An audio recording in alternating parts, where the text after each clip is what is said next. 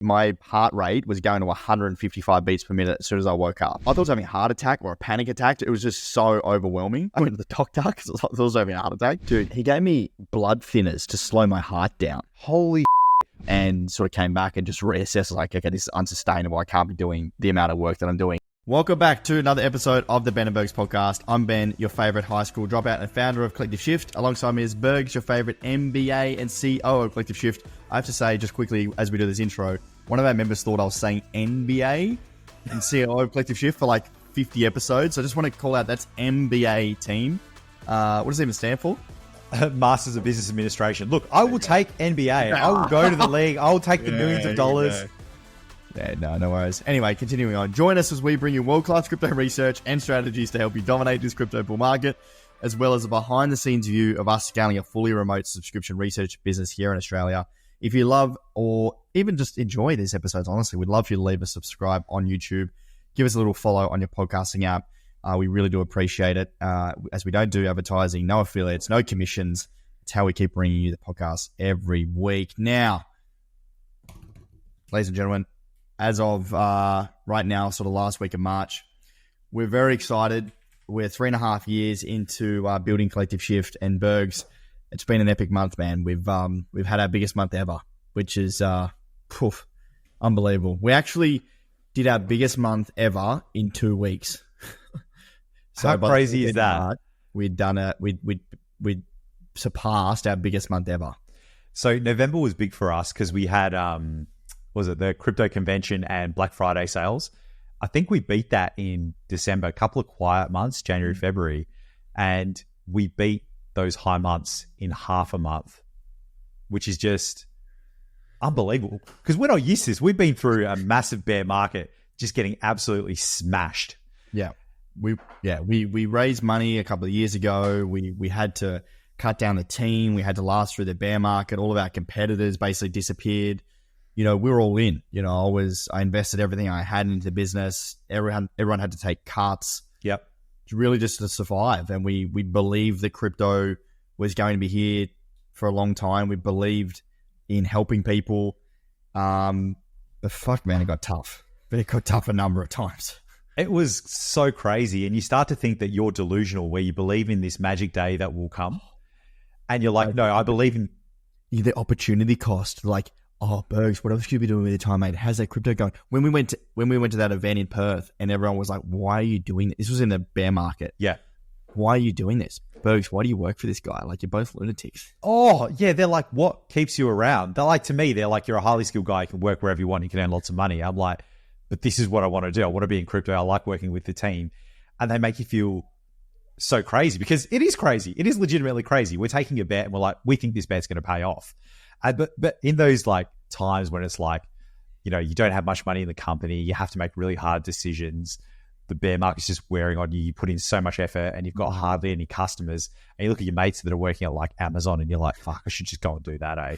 Just go and chill, have long lunches. Like, what did you do for the month? Oh, I sent an email. Like, how was your quarterly rocks? Yeah, no, I did a meeting on potentially a new partnership. Yeah, I'm thinking about it. I need to do some more research. Give me another 6 months. It's like, bro, we're going to be dead in 6 months. I need to try 15 things today to survive. Mate, and the worst thing was, like, you know, when you just put in so much effort, we're doing 15 things at once, we launched them all, we're going hard, we're doing all this effort for months and months and months, and you just look and you're just still losing money. It's like, how many times do we have conversations like, what the actual fuck? Like, are we like crazy? Like, are we actually living in a parallel universe here, and our belief is just we're completely naive and this is just never going to work because we're losing a lot of money and we're seemingly going nowhere?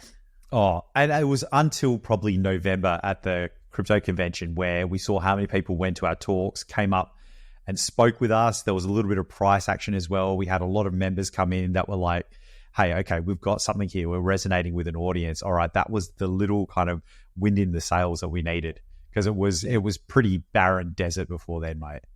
And then basically what happened is that things started to pick up. The market rallied like from 40,000 to 60,000 in February, and things just exploded. Like, my calendar for strategy calls were booked out for weeks. They still are. We basically reduced the number of memberships we had. Now we only have our pro membership and our platinum membership, and that's just been great. We've packed the pro membership with so much value. Yeah. People are loving that. Our refund rate is the lowest it's ever been. We're getting more testimonials than we've ever had. Like, I feel as though we really dialed in. And I think that's honestly, Bergs, because I think, again, we've stuck to our guns. We're aligned and incentivized with our members. Like, we don't do advertising. We don't do affiliates. We don't do commissions. We're completely transparent. You can see our portfolios. We tell you when we're buying and selling. Like, the only way we make money in this business is through the subscription fees. And if our members are winning, they keep their subscription. And if they don't, they cancel. And now we're up over like 1,000 or 1,100 active paying members. Like, that really came through in the public event that we had and the members only event, where people understood that, hey, these guys are actually, like, this is a bit different. Like, they're authentic. They're no bullshit. They answer questions head on. And you wrote this as well, they're relatable, but also aspirational. But before we get onto that, I want to get onto how we actually feel going from a scarcity mindset to now an abundance mindset, and how that's affected us personally in the business. I mean, for so long, we've been like, startup, lean down. Don't do this. Don't spend that. Oh my goodness, we spent $8 on a subscription. Cut that. We can't afford that. Like, and coming out this side now, it's like, wow. It's like now we can come from this sort of scarcity defensive mindset to, we really want to continue to be the best and biggest crypto research company in Australia. Like, we have visions that in 10 years' time, we are the go-to source of premium research and education for investors and businesses across Australia. At the moment, the morning star for crypto is what we're sort of in the back of our heads thinking about where we want to get to, because we believe in crypto so much. And now it's, that was always a dream and a vision, but I feel as though the last couple of months, it's now like, no, this is actually seriously going to happen. And it's so weird where even like in B2B deals, we were sending out so many proposals, following up, it was just crickets. And now people are beating down our door, sending multiple emails saying, hey, we need your research. Let's do this deal. Bro, so in a bear market, 13-page crisp PDFs, decks, conversations, like everything, just spending so much time getting it right. No one cares. Bull market, 3 emails, bang, signed up. Like, just give us the research. We need it now. Yeah, it's so crazy. It's like some of them just want to go. They're like, invoice us, we'll pay today. It's like, well, all right, let's go. And man, even just for us, like we were talking before this episode about, you wake up and you've got this anxiety of what's going to happen today. What do I need to fix? What's broken? How much work am I going to have to do? What craziness is going to hit? What's going to change? Who's had the paper? Yeah. And then also it's like, you kind of still wake up with that, but you've got that level of comfort and security. You still go hard, you still make good decisions, but you still wake up anxious, don't you? You got something written down here and I want you to talk about it because we've not talked about it yet. It's a different type of stress. I actually forgot to tell you this. So like, basically, I started taking over the strategy calls probably a month or two ago because I was like, we need to take advantage of this. There's going to be a lot of people wanting to sign up, and we really want to put our best foot forward. All of a sudden, the market rips and everything just explodes. And I've never seen anything. Well, I have in the previous business, but like it was different. Being at the helm this time around, seeing what was going on, like to basically double this month, we've doubled our biggest month ever. To see that on the front line was just insane. And it went from this stress of like, oh my God, we need to keep driving. We need revenue. We need money in the door. We need sales. We need to do this, need to do that. And now it's like, oh my God, that's not a problem. You need to stay on top of it. Oh my God, lost sales. You need to make sure they get in. Oh my God, I can't reply to these emails. I can't do enough calls. It was like 7:30 to 8:30 every day this month has been just like calls, trying to bring people in, reply to people, send invoices, close payments, onboard them. And it went this completely different stress. And the first 2 weeks, I was in all sorts because the market was ripping, everything was going crazy. I wasn't sleeping that great, and I was tracking my Whoop scores basically I was getting out of bed, and as soon as I was getting out of bed, my heart rate was going to 155 beats per minute as soon as I woke up. Whoa. Like you could saw it on the chart. It spiked like to the top of the chart every morning.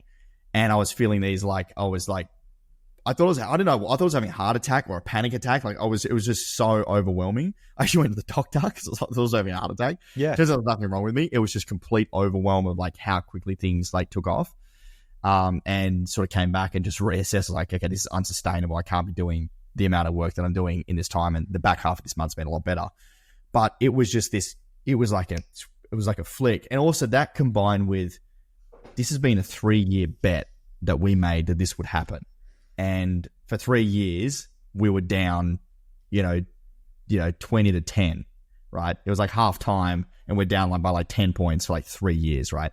And it just never felt like we're ever going to get there. And literally within a week, everything turned on its head. And one of the biggest things that I think has been such a winner for new members has been our new Platinum membership, Bergs. Like that, we've really found product market fit with that. And for those that don't know, it's our high net worth tier, sort of 100,000, $250,000 plus minimum invite only group, where we have some really, bigger portfolios in there that want more access to us. We launched that about 6 months ago, and that has just gone bananas, and it's been amazing. Everyone's absolutely loving it. So that's been a real winner. Absolutely, man. I want to touch on a few things there. It's a case of where we've made this huge bet. It's starting to pay off, but it brings new problems. Like money doesn't fix your problems. No. It fixes your money problems, and money's also the beginning of your problems. It exposes more problems. Exactly right. So you went to the doctor, your heart rate is off the charts. That's basically the heart rate you have when you're sprinting and you're stationary. Yeah. So you go to the doctor, he basically sorts you out, sends you home. And how have you managed since then, man? You said that you spoke to Trav. Dude, he gave me blood thinners to slow my heart down. Holy shit. Okay, wait. Okay. This is even better. So you go to the doctor, you got these major heart palpitations. Basically, it's anxiety or stress, could be a range of things. Yeah. And you go to the doctor's office, and what does he do? Does he run some tests and then gives you some medicine? Yes, he basically runs these tests, gives me just a basic checkup. I sort of talk through what's going on, and it's like, basically it's like, yeah, you've just got, stress and anxiety. I'm just going to give you these pills. Like, what do they do? It's like, it basically slows your heart down. I'm like, right, well, that sounds terrible. Like, why would you take that? So yeah, that should just sort of calm you down. Just make sure you just be careful because it, has side effects of like you could pass out and all this. I'm like, what? So he gives me these blood thinners, and instantly I'm like, no fucking way am I taking these things. Like, I'm not taking something that slows my heart down. Like, that sounds just horrific. Were they blood thinners or beta blockers? Might have been beta blockers. Yeah, actually. I don't think he'd give you blood thinners. That's quite dangerous, but beta blockers does that exact same thing. Oh, he's got it. Okay, for those on the pod, he's gone to get the packet to see what they actually are. Blood thinners would be extreme, I think, in your case, but okay. I'm not a doctor, so... Apopropranolol. Propranolol hydroxide. Apotex.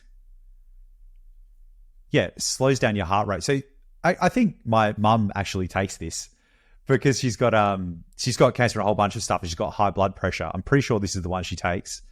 I actually remember this was the one where I'm pretty sure when my dad was in hospital having heart attacks, and they just inject it into the IV thing and it stops your heart attack. That is crazy. So yeah, here, it is used to treat high blood pressure, a number of types of irregular heart, capillary stuff, performance anxiety, and used to treat problems with angina and heart attacks. Mate, bloody hell. So have you taken common side effects, nausea, abdominal pain, and constipation? Enjoy. Yeah. So have you been taking these? No, I haven't taken one. Okay. So basically, I walk out. I'm like, cool, GP, you're just going to tell me what the science says. No way am I taking these things. What I do is I go back to speak to Trav, update my schedule, slow things down, get back to meditating, get back to taking walks, and just like realizing that this is not going to end in a month. Like, this could be for the next year and a half. This could be this crazy. So I just need to fix the core problems. And the last week and a half's been a lot better. But yeah. Ultimately, and now, honestly, everything's sort of back in check. But at the start, I was like, I was stressing out, and I think it came down to me just like really overwhelmed by how quickly things actually took off, like in the market and our members and the business. And it was just like this whole like world just like flipped on its head in a matter of like 2 weeks. Isn't this fascinating where even since those 2 weeks, nothing has changed? The thing that has changed is your reaction to the event that's happened. So there's an immediate reaction of, I need to do everything. I have to be on top of it. I have to answer every email, which is unsustainable and leads to anxiety, high heart rate, all the terrible physical responses where your body's trying to cope. So then I've spoken to Travis, I've reframed, I don't need to do everything, yet the situation hasn't changed. Isn't that just so crazy? And like to double the size of your revenue in a month is just like, I mean, that was from our biggest month. Like we've nearly 3x from last month. You know what I mean? Like it's just bananas, like growth, how quickly that's happened. And ultimately we have such high expectations on ourselves. Yes. One of our values at Collective 50 is best in class. So it's not even the stress of onboarding these people. It's ensuring that everyone has an amazing experience. And that's the killer. And also I think you and I, we have that, we're definitely workaholics. We get a lot of pleasure and joy and sense of meaning from it and self-worth, but also we're kind of perfectionists as well. We want to do as much as we can. We don't want to waste a second, always be performing, which is a horrible way to live. And ensuring all of our members are getting a great experience. So it's like now the biggest problems are like scaling and ensuring everyone's having a great experience. But ultimately, like all the metrics and all the feedback we're getting is just continues to be awesome. And you know, we're also super dialed in on the markets, Bergs. Like we've just had some great winners. I mean, Maypool, favorite of mine, that hit. I think that hit like local highs like last night. I think somewhere. That was great. You were telling me about your portfolio. So before we move on, it is a beta blocker. You can take it orally, intravenously, or rectally, Ben. So you can shelf those tablets if you want. So what actually? So you spoke to Travis, and then what changed in your mind, or what did you start or stop doing to stop those physical responses? I had to prioritize these sales calls, strategy calls. Like it was becoming too much. Like I was having, 40 calls a week, platinum onboarding calls. We have our platinum monthly calls. We're doing, we're doing the big masterclasses. Then I was running the business, then doing content, then the podcast, then traveling around, having to go to the office, doing in-person events, running the business, managing the team. Like that is just unsustainable doing all of that. Like, I just want to go to bed thinking about it. I'm tired you just saying that because I know how much work is behind.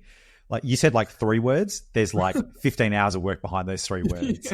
And it's relentless. It just keeps coming in. Like there's no end in sight. And that, and me as, ADHD entrepreneur, I can't stop until something's done. And when it's just literally cannot end, like we're just never ending. That's like, this is ever evolving, not ability to switch off. Yeah. You got that free floating anxiety and the things the horrible things we've been through in the business, we don't want that again. So we go extra hard and try and capture every sale so it doesn't happen. But the consequence of that is we burn out, your heart stops working properly and you go to the doctor. And that was the thing, man. I had to step back and go, okay, cool. So the biggest goal for the last 3 years was to get this business to a point where we were okay, we had money in the bank and we'd be profitable and we're sort of moving from there. Well, that's all like out the door now. That's like tick box, what's next?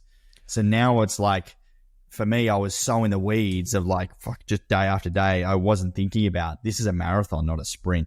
And now I need to be thinking about the next 5 or 10 years, like not just March 2024. Like we want to be the best and biggest crypto research company in Australia in the next 10 years. Me going gung-ho right now is not going to be anywhere beneficial for anyone if I burn out and I get sick and I can't do anything because I've cooked myself. We had this beautiful morning in Melbourne. So I woke up, I was in South Bank, went around the corner to this little restaurant called Sopretto. It's a breakfast place, which then turns into a Mexican bar at 4 o'clock. And I've been holding off for 3 days, not having this breakfast. I was eating this nice kind of chicken salad with avocado, halloumi, very healthy, 3 days in a row. This is the 4th day. And I got the breakfast. And the breakfast was stack of pancakes with Oreo crumb, berries, ice cream, and literally ice cream in a waffle cone turned upside down. It was just amazing. And then I was just like thinking, so I sent a couple of messages to Ben. He's like, man, are you free now? And I'm like, yeah. He's like, cool, I'll come down in 15 minutes. Comes down, and then we go to South Bank, sit in the sun, have a coffee, and you pull out your diary about, man, I've been journaling. This is what I've been thinking about. And you just started talking about the 10-year view of collective shift and not the kind of 1 week or 1 month view that we've had for the last few years. And that was just a really beautiful conversation and really calming and reaffirming for me. Yeah. It was so nice to even think that far out. Not that we hadn't thought that far out, but I feel as though there was so much shit in between getting there. There was just like not even any point thinking about that. Like, but now we're at a point where that really is reality, and seeing the market, seeing where Bitcoin's being spoken about as a risk-off asset, seeing it in the limelight, seeing everyday people get in this ecosystem, it's amazing. And then Bergs, that's not even like our crypto portfolios. Like, I feel as though we've been so dialed in on some of the investments we've made, like, you know, the Ethereum trade we made back a few days ago when we retraced 25%, you know, somehow it was within like 3 or 4 hours of the bottom. Like, that's up 60%. So talk about that. Why did we make that trade? And then how did it happen? Man, I've just seen this movie so many times. Like, you know, this bull market is playing out so closely to the last Bitcoin halving event, where you have these 22, 25, 30% corrections. I felt through the sentiment that I was seeing and I was living in about a week ago that things were very bearish, although fundamentally we're extremely bullish, and we had a 22 to 25% correction, which we have multiple pullbacks in a bull market. And I've been and seen this movie before. These corrections can be life-changing entry opportunities. And we had the Fed coming out about interest rates the next day, and I felt that was going to be positive through our analysts' feedback. So I took that into account. So I felt that as long as that was positive and these corrections hold up pretty strong, fundamentally nothing had changed. Ethereum had underperformed. BlackRock had just come out with their $100 million tokenized fund. That was the same day that the SEC was going to launch this thing into Ethereum in being a security. It was all playing up to sentiment negative, fundamentals extremely bullish, and price was down in a bull market.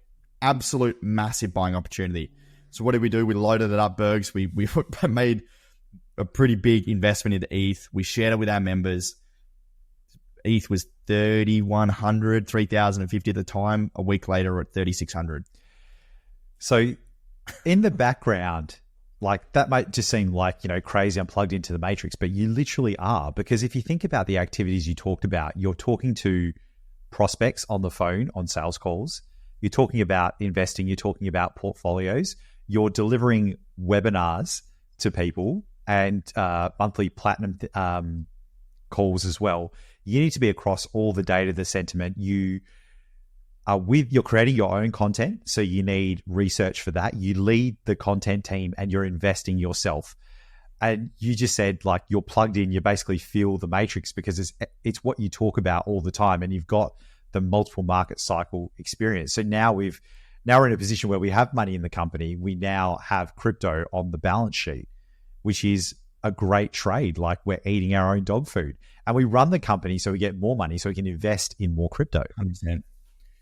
And man, even just like as of time of recording, like the couple of the investments that we've made, you know, well, Maple is one that I've spoken about publicly, but that's just been a game changer. Like, that's just hitting as we speak. It's up 25% since we started this episode. Literally, like, we bought that at $5.50. It hit $29 just now. Like, that's up. I don't even know what that's up. You told me to buy at 13. I didn't. Oh, well. Yeah, but this is the thing. Like, this is like, we put that in, we put it out to members. These are legit things. That's amazing. And, you know, they're releasing updates soon as well. Even the low cap gaming token, I know you own some of that. That just hit. That's up 38%. We hit $52 just then. Let's go. Yeah, I think we got a $35 entry for that one. Yeah, nice. No, so ultimately, like, I mean, at the end of the day, man, like, and I say this to people, and people ask me sometimes, like, well, if you're so good, why do you need collective shift? It's because we're doing the research anyway. We're investing a lot of money ourselves anyway. And we're winning. So if we can share that research with others and they get the advantage of that and they make money, well, any money we make through the business, we can buy more crypto. Yeah. It's a leverage position to grow our wealth. Exactly. And it's like what we like to do. Like I like doing this podcast. You like doing content. Yeah. And then we do that in the context of crypto, which we're doing anyway. So we get to build brands, we get to build a business, we get to get more money, and we get to invest in more crypto. It's like a flywheel that just makes sense. It's fulfillment, community, money, and wealth. So good. Time. Amazing. Bro, should we talk about the events that happened last week in Melbourne? Oh, yeah. That was epic. So for those that didn't come along or didn't see, we hosted 3 events in Melbourne last week. We hosted a free meetup for our community and social media followers on Thursday night, which was awesome. We then hosted a Friday night event for all of our members. And we also hosted a platinum member lunch on the Friday, which was just epic. And Bergs, I mean, I think the member one was my favorite because just seeing all the members, Ben and Bergs listeners, you know, it was just, it was a great opportunity to meet everyone. I think the events just got better and better. So let's start off with the public event. So that was just people on our mailing list or saw a tweet that could come down and they could talk to us. So I'm madly like setting everything up. It was such a stitch up. So order like all the food and everything. That was fine. But then tried to order some beers, Ben. Try to order some wine, some ciders. Try to order I'm in my little apartment in Melbourne, trying to order a few days ahead. And I'm like, oh, it's too complicated. Like the Dan Murphy's website, there's like 8,000 beers. I'm like, ugh, I'll just go down to the store. Go to the city, go down the store. And I'm like, oh, okay, now it's easy. I want that. 10 cartons of this. A guy talked to me and he's like, think about this, think about that. Brilliant. And I'm like, cool, I want to order this. He's like, oh, you can't do it at the store because we don't do delivery. I have to do it online. No worries. Go outside, go to the food court, sit down, type in my little order, get it all sorted, press buy. It's like, no, this is over retail quantities. I'm like, shit. They're like, please email this thing and we'll get back to you in 1 to 2 business days. I'm like, fuck. Email them. It turns out there's a number. Get on the number, give them a call. And it's just nonsense, Ben. I just hate it. It's bullshit. It's going nowhere. It's wasting my time. I'm starting to stress out. So I'm like, fine. I'll put an order for like the equivalent of 10 cartons plus some wine and a few other things. And I'll order from the Richmond store, which is near Cremorne. It's fine. Went down there the next day with an Uber, right? And I told this guy, I'm like, bro, I'm going to Dan Murphy's going to pick up some cartons and then take to the place. Is that okay? He said, yes. Get there, buy more cartons. So we've actually got what we need. And literally like 4 trolleys come up. So we've got like 10 cartons of like different beers, a couple of cartons of cider, a couple of cartons of non-alcoholics and some wine. And it's literally filled up his entire boot and then filled up the back seat as well. We're driving to Cremorne. He's going down all these one-way streets, all this nonsense. I'm like, oh shit, this guy's going to kill me. Get there. Matt's there to greet me. I'm like, great. We get it all out of the car. And then we've got this bunky fridge trolley that fits 4 cartons on it. So 20 trips later, up and down, we finally get it done. Then anyway, the next day I'm like, okay, there's a Coles. It's a 5-minute walk away from where we're having the event. Go down there. All I need is some ice and some Coke. Buy the Coke, get the ice, like do for an Uber. Great. Uber's here in 2 minutes. Will take us around the corner. Brilliant. Uber's 500 meters away. 1 minute goes by, 10 minutes, 15 minutes, 20 minutes. I can literally see the Uber, but oh no, guess what? The footy's on and you're not going anywhere. Can we just add a point? So a few weeks ago, we're like, we need to do an event. No, this was months ago, not a few weeks ago. Okay. This is a long time ago, 6 weeks plus. He's like, okay, no worries. Yeah, let's do an event. Great idea. Let's make it happen. Just make sure there's nothing on in Melbourne at the time. I'm like, yeah, no, it's fine, mate. All good. No, you know, typical me. That's all good. Nothing on in Melbourne. You said, you literally told me you checked. Yeah, I may not have checked. What was on, Ben? What was on? Well, not only was the footy on, the biggest event in Melbourne was on, being the F1s. You potato. This is like the biggest weekend in Melbourne. And you're like, nah, it's fine. 120,000 people a day. Biggest event in Melbourne was on. You're a piece of shit. So I was going to stay at Crown, which is like $250 a night. And it was $1,200 a night, so I couldn't stay there. Well, Leon paid $550 for his place, and that thing was like a prison. It was that was bad. It was like drug flats that he was staying in. It was just a bedroom in someone's house. There was weed everywhere. He was taking photos. I'm like, bro, you're gonna wake up missing kidneys. That's all that was available in Melbourne. Because Ben's like, yeah, no, it'll be fine, mate. It'll be fine. We need to get Louis on it next time to double check. We need anyone but you. All right. Could you imagine if I try to organize all this stuff that you're talking about here? Like, Mate, it's such a stitch up. You're like, oh, you just need to get food. No, I had to go there. Greg's like, this is how the building works. This is how the TV works. Security, you got to wedge this door. This is how this happens. Cleaning's coming then. This is how that. I'm like, oh my God, what an absolute stitch up. Anyway, we got there in the end. What about a bottle of Solo and a couple of knives and forks? Oh, mate, it would have been the worst event. So anyway, it all worked out in the end. We got people to put their name badges on as well as the tokens they love and hate. Everyone was talking. Within 3 seconds, someone came up to me and he's like, Bergs. I'm like, yeah. I'm like, how you doing, man? He's like, oh, I can't believe I'm hearing your voice. I'm like the hugest Ben and Bergs fan. I'm like, oh, lad. Like, you just instantly mates when someone says that. Had the greatest conversations, met heaps of people, talked a lot about crypto. The public event was great. The panel that you had was just phenomenal. Like, it was no BS. Every question was answered. If we couldn't do something, we're like, we don't do that. You're a degenerate. You need to go to another group. It was just so insightful and amazing. We even had people that signed up to be a member that night that came to the member event the next night that forked over $2,000. It was just absolutely amazing. Yeah, it was epic. The feedback was great. Platinum Lunch was just epic. Just the conversations we're having there with like big money, big strategies. It was just like, so you've got people that work these, impressive jobs, have significant wealth. And I just talked to one guy and we're in a very similar position. I'm pretty sure he has a lot more money than me, but similar mindset where he's late 40s. He owns his own business. He works all the time and he's very stressed and he just wants to go to Bali and live in a villa. And I'm like, bro, you could probably do that now or just go for a month and try see how your business is going to run. But as business owners, you don't want to let go. Like you always want to touch the business, make sure things are going right. And we just talked about life and mindset. And I think we're actually going to be accountability partners and keep each other accountable. And it was just one of those rare moments to talk about things you're going through and finding another human you don't even know until 10 minutes ago with the first time you met them. And you're going through the same experiences and having the same thought patterns and trying to break the old habits that you have to get to the new life that you know you've been working towards, but you're not willing to let go of your old life and your old habits. And that's the power of network, like having a peer-to-peer group, that accountability that we speak about. Like that's ultimately what we're putting together, a group of like-minded individuals that all want to make money together in crypto. Like how powerful is that? It's absolutely incredible, man. The lunch was just great. I had to bail out early because someone has to be the adult and organize the event. So I went back. We did all the setup. I'm pretty sure the boys weren't going to get the ice, but they did. Don't worry, guys. I kept the skewies coming down. We racked up a pretty healthy bill. So I'm like, I'll go back and do the event because no one else will. Luckily, I had a couple of helpers, and Ben's like, yeah, I'm just going to stay here and drink. I'm like, great, mate. Thank you. Lovely, mate. But then we went back and it was just awesome. One of the first people that rocked up was Kent, who was on an episode a couple of episodes ago. Absolute legend. So great to meet him in person. We talked about like the brain, his heart, all the stuff around it, like gut health, gut brain access. It was just incredible mindset, like what's important and how you don't want to be stressed and removing shit from your life. And met the hugest B&B fan as well. He traveled from, I think it was Bendigo or something. I don't know where it was, but 2.5 hours away on the train. And he's just like, he loves it. He says B&B is an absolute pisser.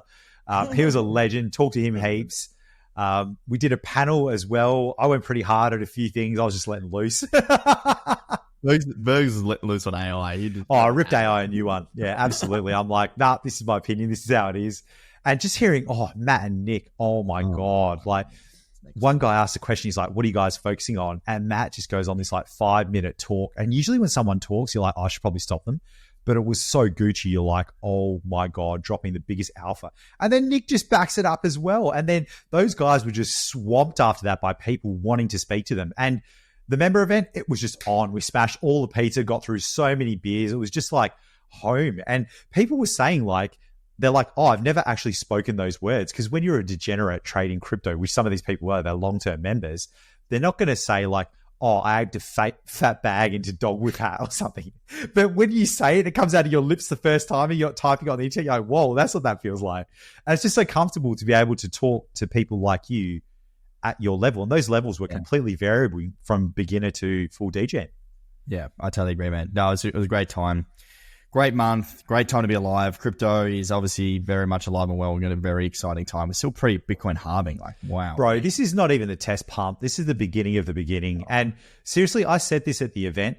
Bitcoin has eaten silver 1.4 trillion. It's going to eat gold at roughly 14 trillion. So it's going to be 700,000 a coin. Then it's coming after property. You better be prepared. That's just one coin, let alone all the other stuff we're doing and all the other things that we're talking about. It's life-changing, isn't it? Yeah. Even for you, we said to you, you had a goal of buying your parents a house, and you're going to do that through your investing in crypto portfolio. You might be able to do that through the business, which is just life-changing. Isn't that wild?